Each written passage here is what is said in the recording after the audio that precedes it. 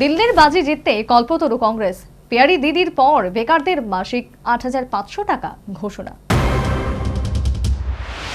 দিল্লির কঠিন লড়াইয়ে বাজিমাত করতে কল্পতরুর ভূমিকায় কংগ্রেস। নির্বাচনের প্রাক্কালে এবার দিল্লির যুবকদের জন্য যুব উড়ান যোজনার প্রতিশ্রুতি দিল হাত শিবির। তাদের দাবি, দিল্লিতে ক্ষমতায় আসার পর এই প্রকল্পের মাধ্যমে প্রত্যেক বেকার যুবককে মাসে ৮৫০০ টাকা করে ভাতা দেওয়া হবে। সম্প্রতি দিল্লির মহিলাদের জন্য পিয়ারি দিদি প্রকল্পের ঘোষণা করেছে কংগ্রেস।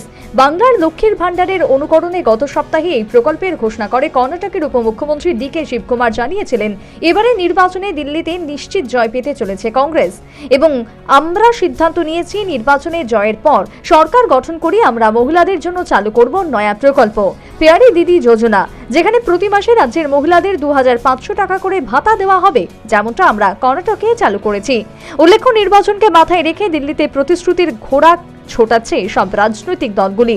এর আগে ১৮ বছরের ঊর্ধ্বে সমস্ত মহিলাকে মাসে ১০০০ টাকা ভাতা দেওয়ার ঘোষণা করে আপ সরকার। শুধু তাই নয়, ক্ষমতায় এলে এই টাকার অঙ্ক ১০০০ থেকে বাড়িয়ে মাসে ২১০০ টাকা করে দেওয়া হবে বলে ঘোষণা করা হয়েছে।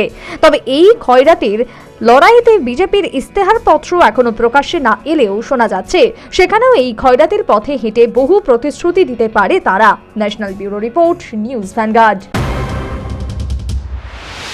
Shija Institute of Kidney Sciences কিডনির জটিল রোগের চিকিৎসার জন্য এক উৎকৃষ্ট প্রতিষ্ঠান, যেখানে উত্তর পূর্ব ভারতের প্রথম এবিও অসামঞ্জস্য কিডনি প্রতিস্থাপন এবং মৃত ব্যক্তির কিডনি প্রতিস্থাপন করা হয়। এখানে ১১৫টিরও বেশি কিডনি প্রতিস্থাপন এবং উত্তর পূর্ব ভারতে সবচেয়ে বেশি হিমোডায়ালিসিস করা হয়েছে এবং এই সংখ্যা দিন দিন বাড়ছে। Shija institute of kidney sciences Tripura সরকার সহ অরুণাচল প্রদেশ, মেঘালয়, মিজোরাম, মণিপুর এবং নাগাল্যান্ড সরকার দ্বারা স্বীকৃতি প্রাপ্ত।